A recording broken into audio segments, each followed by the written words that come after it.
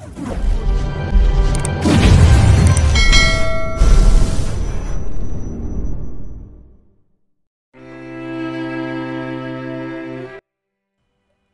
my son, iho? Puno ng pag-aalala si Grudge para sa anak nang makatanggap siya ng tawag mula kay Victor na nagsisisure ang anak. He knew that was very dangerous for someone in a coma because there was a high chance that their unconsciousness would last for a long time or could lead to death. He's fine, Uncle Grudge. His blood pressure went up, which caused him to have a seizure, but he was given a medication right away, so his BP is back to normal. Ani Victor sa matanda. Nang marinig iyon ay nakahinga ng maluwag si Grudge at saka lumapit sa anak at saka hinawakan ng kamay nito. Napakasakit sa kanyang puso na makitang nasa ganoong kalagayan ng kanyang anak. Samantalang siya itong marami ng kasalanang nagawa sa sariling anak at sa ibang tao ay hindi pa rin mamatay-matay. Lubos niyang pinagsisisihan na naging malupit siya sa anak. Masyado siyang naging manipulative kaya iniwan siya nitong mag-isa. Pero kahit ganon, proud siya sa kanya nag-iisang anak. Dahil kahit walang tulong niya o ng kahit anong koneksyon, ay nakatayo ito sa sariling mga paa. Nahihiya siya sa kanyang sarili dahil wala siyang ibang inisip kundi ang sarili niya. Napakasama niyang anak. At naging makasarili siya, kaya dating anak niyang masunurin ay lumayo ang loob sa kanya. Pati si Camille, na kaisa-isang babaeng pinakamamahal nito, ay nagawa niya ng masama. Noon kasi akala niya ay alam niya ang lahat ng bagay na magpapabuti sa kanyang anak sa kanilang negosyo. Nabulag siya sa kagustuhan na matupad ang pangarap niyang magkaroon ng mga apo na kaya niyang kontrolin at gawing tau-tauhan. He didn't even think about his son's feelings and force him to marry a woman he didn't love. So even though he is not worthy of being heard by the Lord God because of the sins he has committed, he prays that he will heal his beloved son. At bilang kapalit ay magbabago na siya at hihingi ng kapatawaran sa mga taong nagawan niya ng masama. Maiwan ko na po muna kayo, Uncle Grudge. Kailangan ko pa pong mag-round sa iba pang mga pasyente. Magalang na paalam ni Victor sa matanda. Ayaw man niyang aminin pero nakikita niyang hindi pakitang tao ang pag-aalala na nakikita niya sa matanda. Mukhang nagsisisi na to sa mga kasamaang nagawa nito sa kanyang kaibigan. Sana lang ay magkaayos na ito dahil bukod kay Lola Soledad, ito na lang ang natitirang pamilya ni Sergio. Okay, maraming salamat, iho. Ani Grudge sa kabahagyang gumiti. Tuluyan ang tumalikod si Victor nang marinig iyon at nagtuloy-tuloy ng labas sa ICU. Naiwan naman si Grudge na tahimik na naupo sa tabi ng anak at lumuluha. Mahal na mahal niya ang kanyang anak dahil ito lang ang tanging alaala ng kanyang yumaong asawa. Kung pwede lang niyang ipalit ang buhay niya para sa kanyang anak ay gagawin niya. Dahil kung pati ito ay mawala pa, ay mas gugustuhin na lang niyang sumunod sa kamatayan. Samantala, habang nakatayo sa labas ng ICU ay kitang-kita naman ni Seiko ang makabagbag damdamin na pag-iyak ni Grudge Reynoso sa harap ng walang malay na anak mula sa glass window. And because of that, she now believes that the old man has changed and is now repenting for the sins he committed against Sergio and her. Dahil naiiyak na rin, may nabuti ni Seiko na maupo muna at hintayin ang paglabas ng matanda. Gusto niyang bigyan ng oras si Grudge Reynoso na makasama nito ang anak.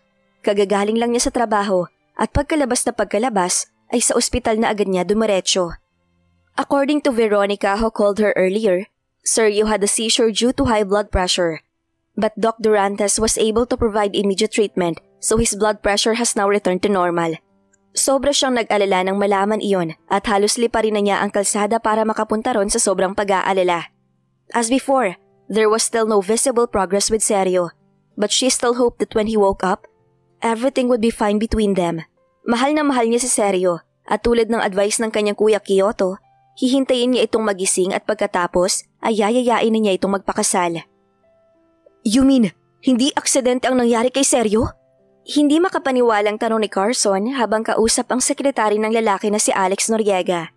Nagsadya ito sa kanilang mansyon dahil may importante raw itong gustong sabihin sa kanya. Marahang tumango si Alex. Yes sir, nakakasigurado kung si Mr. Chow ang may pakana nito. Mr. Chow? Gulat na bulalas ni Carson sa kausap. Yes sir, do you know him? Puno ng pagtatakang tanong naman ni Alex sa lalaki. Si Hiroshi Sato, also known as Wei Chow, ay mortal kong kaaway. Siya rin ang may dahilan kung bakit nawala sa akin ang asawa ko at nihiwalay ang anak kong si Seiko ng mahabang panahon. Sagot ni Carson. Kung ganun, posibleng iisa lang ang Mr. Chow na may pakana ng lahat? Tanong ni Alex. Nagkataon lang ba o sinadya ang lahat? Iisa lang ang Mr. Chow na tinutukoy nila. Posible. Tumangu-tangong sagot ni Carson. Lately, nahihirapan ng anak kong sikata na pamahalaan ang business namin sa Japan dahil nag-umpisang magulo ng mga tauhan ni Mr. Chow. Alam din po ba ninyong 8 years ago si Mr. Chow ang may pakana kung bakit nakidnap ang anak niyo at dinala sa China? Tanong ni Alex. What? Nagugulat na bulalas ni Carson. Bakit ngayon lang niya nalaman ng mga bagay na yun? Ang tanging natatandaan lang niya na ikinuwento ng kanyang anak ay dinukot ito papuntang China at si Sergio Reynoso ang lalaking tumulong para mailigtas ito. If the Mr. Chow we are talking about is the same person, he might be doing this to get revenge on you. And since your daughter is in a relationship with my boss, then my boss is also involved in this conflict. Ani Alex. At isa pa, kailangan niyong mapanood ito. Dagdag pa niya sabay dukot ng cellphone sa bulsa ng slacks at may kinukutingting doon. What is this? Kunot noong wika ni Carson sabay abot ng cellphone kung saan isang video na kuha sa CCTV camera ang nakaplay doon. Ang kuhang yon ay kitang-kita kung paano nag-usap ang isang lalaki at isang nakamotor na bumangga sa sinasakyan ni Sergio. Tila ba magkakunsyaba ang mga to ng mga oras na yon. At ganun na lang ang pagkabigla niya nang makita kung sino ang nasa video na yon. Isang lalaki na kilalang kilala niya. Si Sejechi. Binatilyo pa lang ay nasa poder na ni Carson. Anak ito ng isa sa mga tauhan niya na napatay noong magkagulo sa pagitan niya at kalaban sa negosyo. As far as he knew, he had a brother, but he had never seen him. According to the information he had gathered, Mr. Chow had adopted the young man and had no news of his whereabouts. Siya na ang tumayong ama-amahan ni Seichi at sinuportahan niya ito sa pag-aaral hanggang kolehiyo. Mabait na bata ito at kahit kailan ay hindi siya binigyan ng sakit ng ulo. Nang matapos ito ng Master sa Law, ay ito ang naging corporate lawyer niya sa sariling kumpanya. Matalino ito at magaling na abogado kaya naman wala siyang naging problema sa kanyang negosyo pagdating sa legal matters. Naging kaibigan din ito ng mga anak niya, lalong-lalo na si Kyoto dahil halos hindi nilalayo ang edad ng mga to. Bukod doon, sa iisang university sa abroad nag-aral ang mga to, kaya naman parang kapatid na ang turingan ng dalawa. Malaki rin ang tiwala ni Carson kay Seichi, kaya naman nang mag-aral si Seiko ay ito ang ginawa niyang guardian. Hindi rin siya tumutol nang malaman niyang may relasyon ng mga to, dahil mabuting bata ang binata at may respeto. Napakalaki ng tiwala niya kay Seichi at itinuring na rin niyang anak niya ito, kaya hindi siya makapaniwala na ito ang lalaking nakikita niya sa CCTV footage na kausap ng lalaking motorista na bumangga sa sasakyan ni Sergio Reynoso. Hindi yun magagawa ni Seichi sa kanyang pamilya, lalong-lalo na kay Seiko. Maaaring nasaktan ng binata dahil hindi ito ang pinili ng kanyang anak, pero hindi yun sapat na dahilan para gumawa ito ng ganoong bagay. He would never intentionally hurt Seiko's feelings, especially since he could clearly see how his daughter was suffering because of Sergio Reynoso's accident. He's the lawyer of your company and ex-fiancé of Miss Seiko, right? Paniniguro ni Alex sa kaharap matapos muling ibalik sa bulsa ang cellphone. Hindi kaagad nakapagsalita si Carson. Hindi pa rin siya makapaniwala na si Seichi ang may pakana ng aksidenteng iyon. Bakit nito nagawa ang ganoong bagay? Dahil ba sa galit nito sa kanyang anak? Pero hindi ganoon kasamang tao si Seichi. Alam niya dahil siya ang nagpalaki rito. Yes, it was him. Ani Carson, saka mariing na ikuyum ang mga kamao. What do you plan to do, Mr. Inoue? If Chairman Reynoso finds out about this, he could be charged, especially since there is a strong evidence against him. Ani Alex sa seryosong tinig. He wouldn't let the man escape legal responsibility, especially if we could prove that he had something to do with the accident that happened to his boss. Can you give me some time to talk to him? Huwag kang mag-alala. Ako mismo ang huhuli sa kanya sa oras na napatunayan kung may kinalaman siya sa nangyari. Nakikiusap na saad ni Carson sa lalaki. Sandali namang nag-isip si Alex. May tiwala naman siya sa lalaking kaharap kaya tumango siya. Okay sir, tawagan na lang niyo ako. Ani Alex saka tumayo na. Kung makita mo ang anak ko sa ospital, please, hayaan mong ako nang magsabi sa kanya ng bagay na to. Dagdag pa ni Carson, saka tumayo na rin. Isang simpleng tango na lang ang isinagot ni Alex bago nagpaalam sa matanda at tumalikod na. No matter what, he couldn't let that matter slip by, especially since his boss' life was on the verge of that. He would pray for his sin and rot in jail the moment he was proven guilty. Kalalabas lang ni Seiko mula sa kumpanya at kaagad siyang dumiretso sa ospital para bisitahin si Sergio, katulad ng dati. Mahigit 1 linggo na ito sa ospital, pero halos wala pa rin itong ipinagbabago. Pero ang sabi naman ni Victoria ay maganda ang signs na ipinapakita nito. Lumalaban ng katawan nito sa karamdaman at magandang senyalis yon dahil may pag-asa itong gumising anumang oras. Habang naglalakad sa hallway, isang pamilyar na figura ang nakita ni Seiko mula sa hindi kalayuan at kitang-kita niya ang sarkastiko sa mga ngiti nito nang makita siyang papalapit. "Oh, hi!" Nakangising bati ni Ursula. "Are you here to visit Seryo? Isn't it obvious?" Pamimiloso po naman niya sa babae. Ursula chuckled and crossed her arms. "Aren't you afraid that Seryo might forget you when he wakes up?" Nakataas ang kilay na tanong nito. "At ikaw, wala ka bang delikadesa? Nauubusan ka na ba ng lalaki kaya habol ka ng habol kay Seryo? Kahit alam mong wala siyang gusto sa'yo?" Sa narinig ay nagkuyom ang kamao ni Ursula pero hindi siya nagpahalata. "Look who's talking!" Natatawang tura niya. "Didn't you flirt with Seryo even though you already have a fiancé?" Nagtiimbagang si Seiko sa narinig pero nagawa pa rin niyang tumawa ng aasar. "Di pa ba sapat ang sampal na binigay ko sa'yo kaya ganito kakatapang?" "Don't worry, we're not done yet. Pagbabayaran mo ang ginawa mo sa akin." Matapang namang sagot ni Ursula.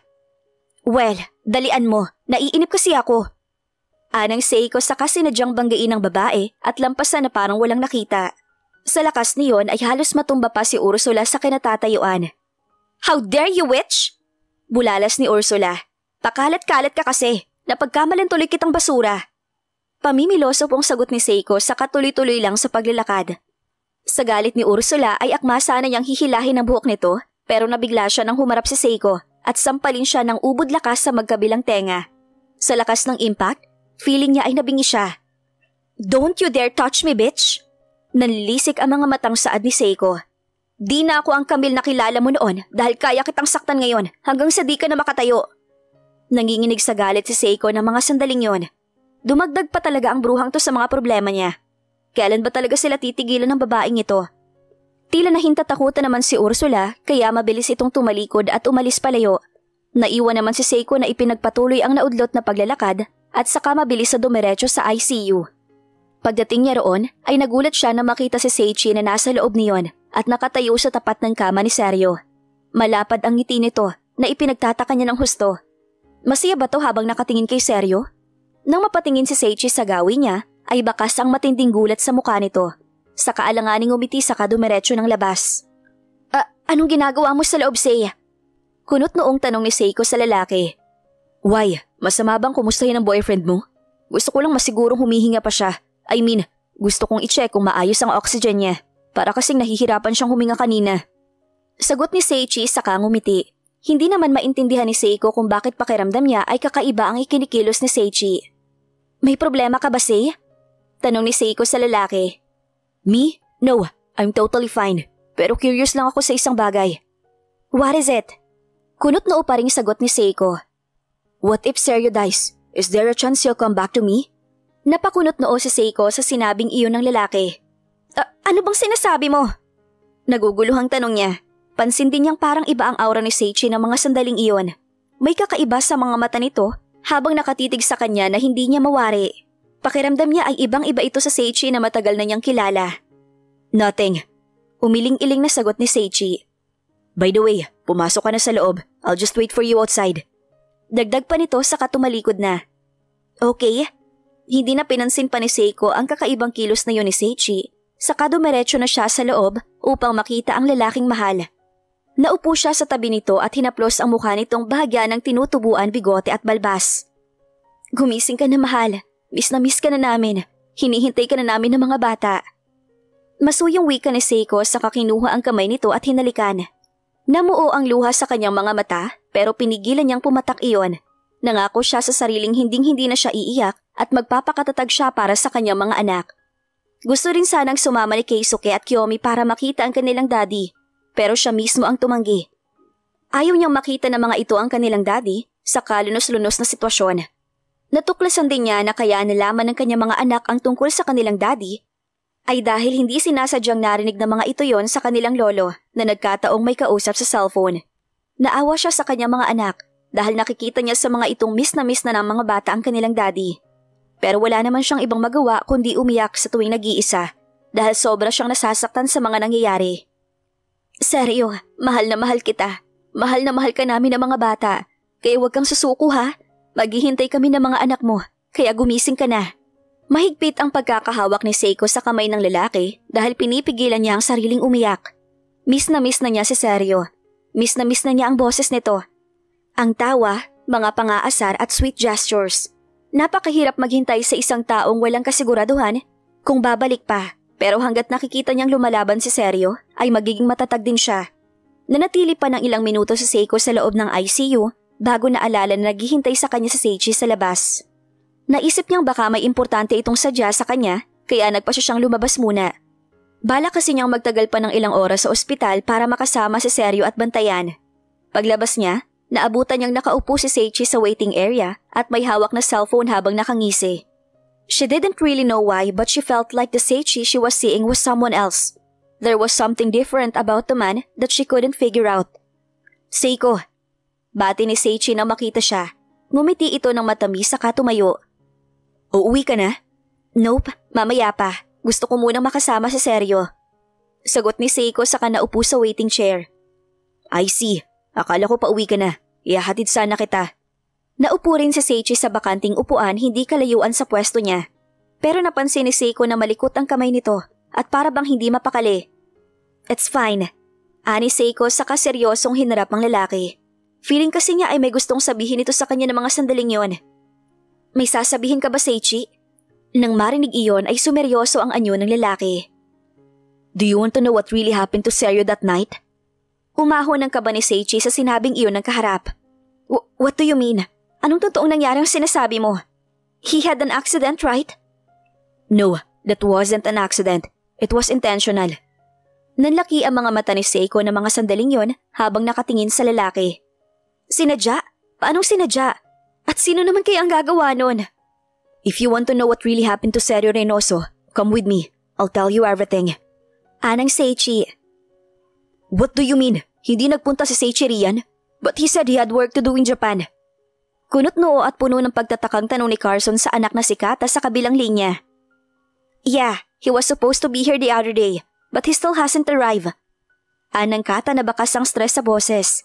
Napuno ng pagtataka si Carson matapos marinig iyon. Nung isang araw pa nagpaalam ang lalaki na pupunta ito ng Japan dahil may importante raw itong aasikasuhin sa kanilang kumpanya. Pero bakit wala ito roon? Hindi pa ito nakakausap ni Carson tungkol sa natuklasan niya at ang plano sana niya ay kumprontahin ito pagbalik. Saan kaya nagpunta ito? Ayaw niyang isipin pero maaari kayang nagtago na ito dahil natuklasan itong nalaman na niyang totoo. Wala pa siyang pinagsasabihan ng bagay na yon, maski kay Kyoto dahil matalik na kaibigan ito ng kanyang anak. Anong gagawin niya? Dapat na ba niyang sabihin ang totoo sa mga anak? Pero paano si Seiko? Alam niyang masasaktan ito ng husto sa oras na malaman ang totoo. Okay, just call me if there's a problem. Uuwi ka agad kami ng Kuya Kyoto mo. Anang Carson. Okay, Dad. Sagot naman ni Kata sa kanyang daddy. Matapos ang pag-uusap na yon ay pinatay na rin ni Carson ang tawag. Pero isang text message ang natanggap niya kay Seiko na mga sandaling iyon. Dad, malilate ako ng uwi. Ikaw na munang bahala sa mga bata. Thanks. Bumuntong hininga si Carson. Mukhang sa ospital na naman magpapalipas ng gabi ang anak niya. Nag-aalala na talaga siya rito dahil alam niyang nahihirapan na ito sa mga nangyayari. Lalo tuloy siyang nagdalawang isip kung ipapaalam niya sa anak ang nalaman tungkol kay Seichi. Alam niyang lalo lang itong mahihirapan sa oras na malaman ito ang totoo. Guangzhou, China. Who the hell are you? Ano bang kailangan mo sa akin? Bulalas na Seichi habang nagpupumiglas. Nakaupo siya sa bakal na upuan habang nakatali ang mga kamay at paa. Bakit ba napakatapat mo kay Carson? Don't you know that he is the reason why you lost your father? Pinatay niyang tatay mo. Kunot noong nakatitig si Seichi sa lalaking kaharap na may edad na. Base sa pananalita nito, kilala nito si Uncle Carson. Kung ganon, baka ang lalaking kaharap niya ng mga sandaling yon ay ang mortal na kaaway ni Uncle Carson na si Mr. Chow. Hindi nalalayo ang edad nito kay Carson. May matipunong pangangatawan sa kanila ng edad at may matapang na anyo. What do you want from me? Sa halip ay tanong niya. Kahit anong paninira ang gawin nito kay Uncle Carson ay hindi siya maniniwala. Alam niyang ibinuwis ng kanyang ama ang sariling buhay para sa katapatan at ayaw niyang magpuntang pagsasakripisyo nito sa wala. Isa pa'y naging pangalawang ama na niyang matanda, kaya mananatili siyang matapat hanggang sa kamatayan. Ngumisi si Mr. Chow sa kanya saka sumimsim ng wine sa basong hawak-hawak. Nothing. Kailangan ko lang na identity mo para maisagawa ko ang plano. Identity? Kunot noong pinagmamasdan ni Seichi ang matanda. Anong ibig mong sabihin? Well, at this moment, someone has taken over your identity while you are here in China.